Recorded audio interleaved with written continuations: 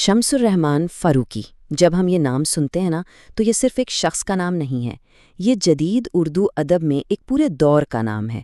تو آج ہم صرف ان کی زندگی یا ان کی کتابوں پر بات نہیں کریں گے، بلکہ ہم کوشش کریں گے کہ ادب کے اس عظیم استاد کے ذہن میں اتریں اور ان کے خیالات کی گہرائی کو سمجھیں، جنہوں نے اردو تنقید اور فکر کو ہمیشہ کے لیے بدل کر رکھ دیا۔ اور یہ جو بات انہوں نے کہی نا، زبان اور ادب سے محبت کو اپنی رگ رگ میں اتر جانے دو، سچ پوچھے تو ان کے پورے کام کا، ان کی پوری زندگی کا نچوڑ شاید اسی ایک جملے میں۔ وہ ادب کو کسی فائدے یا مقصد سے نہیں دیکھتے تھے، ان کے لیے تو زبان اور ادب سے محبت ایک ایسی کیفیت تھی جو انسان کی روح میں اتر جاتی ہے، اور یہی وہ سچا جذبہ تھا جو ان کی ہر تحریر میں نظر آتا ہے۔ تو چلیے اس سفر کا آغاز کرتے ہیں اور سب سے پہلے یہ جاننے کی کوشش کرتے ہیں کہ شمس الرحمن فاروقی آخر تھے کون؟ ذرا سوچئے، ایک طرف انڈین پوسٹل سروس میں ایک بہت بڑا سرکاری عہدہ اور دوسری طرف ادب کی دنیا میں ایسا مقام کہ 50 سے زیادہ کتابیں لکھ ڈالے۔ مطلب ان کی زندگی خود اس بات کا ایک زبردست ثبوت ہے کہ اگر انسان میں لگن ہونا تو وہ دو بالکل الگ الگ دنیاؤں کو ایک ساتھ بھی فتح کر سکتا ہے۔ لیکن بات یہیں ختم نہیں ہوتی، انہیں کسی ایک خانے میں بند کرنا ممکن ہی نہیں۔ وہ ایک ہی وقت میں ایک بہت گہرے عالم بھی تھے، ایک نڈر نقاد بھی، ایک کمال کے شاعر بھی اور ایک نظریہ بنانے والے بھی تھے۔ انہوں نے اردو تنقید کے جو پرانے اصول تھے نا، ان کو چیلنج کیا اور اس کی سمت ہی بدل کر رکھ دی۔ اچھا، اب آتے ہیں فاروقی صاحب کے خیالات کے ایک ایسے پہلو کی طرف جو آج بھی بہت اہم سمجھا جاتا ہے، اور وہ ہے اردو زبان کی اصل شناخت۔ آخر یہ ہے کیا؟ اکثر ایک سوال اٹھایا جاتا ہے، اور یہ ایک بہت بڑی غلط فہمی بھی ہے، کہ کیا اردو صرف مسلمانوں کی زبان ہے؟ تو چلیے دیکھتے ہیں کہ خود فاروقی صاحب اس بارے میں کیا سوچتے تھے۔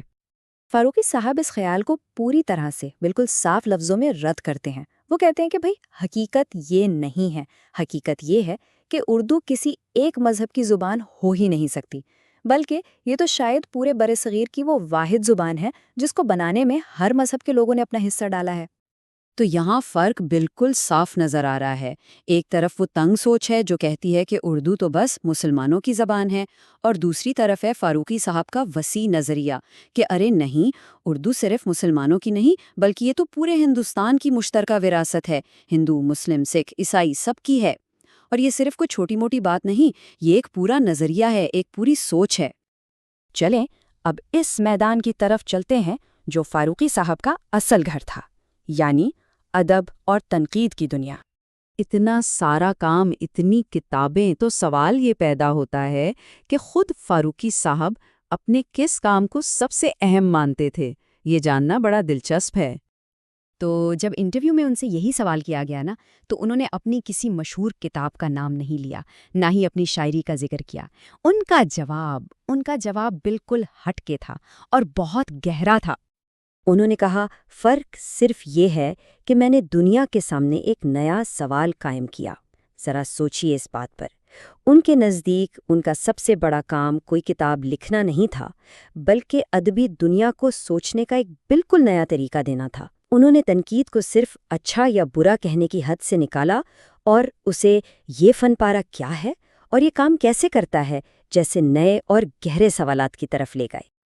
فاروقی صاحب کا کام کوئی عام یا سطحی کام نہیں تھا، بلکہ بہت علمی اور گہرا تھا۔ ان کی باتیں سمجھنے کے لیے ان کی زبان اور ان کے الفاظ کو سمجھنا بہت ضروری ہے۔ جیسے یہاں دیکھا جا سکتا ہے، ان کے ہاں ہر لفظ کا ایک خاص مطلب، ایک خاص پس منظر ہوتا تھا، اور ان کے کام کا مرکز تھا لفظ تنقید۔ لیکن ان کے لیے تنقید کا مطلب صرف خامیاں نکالنا یا عیب ڈھونڈنا نہیں تھا، نہیں، ان کے لیے تنقید ایک فن تھا جس میں کسی ادبی کام کا گہرائی سے تجزیہ کیا جاتا ہے، اس کی اصل قیمت کو سمجھا جاتا ہے، اور اس فن کے وہ بلا شبہ استاد تھے۔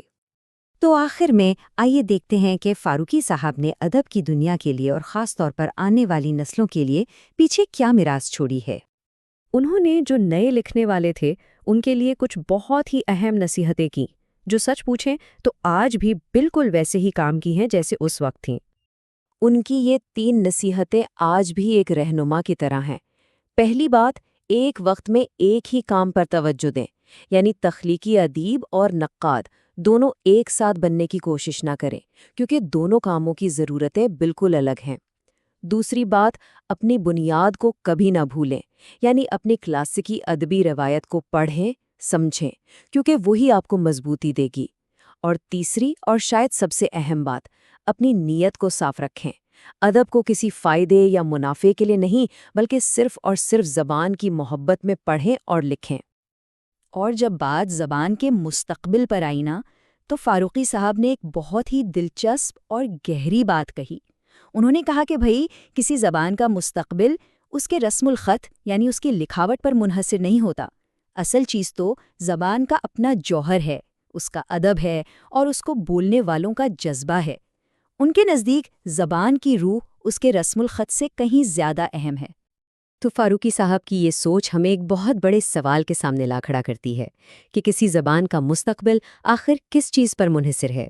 کیا یہ صرف سرکاری سرپرستی پر ٹکا ہے یا پھر اس کا انحصار اس کے بولنے والوں کے جذبے پر، اپنی کلاسیکی روایات سے جڑے رہنے پر اور زبان سے بے لوث محبت کرنے پر ہے؟ فاروقی صاحب نے تو اپنا جواب دے دیا ہے۔ اب یہ سوال ہم سب کے لیے ہے اور اس کا جواب شاید ہمیں آنے والے وقت میں ہی ملے گا۔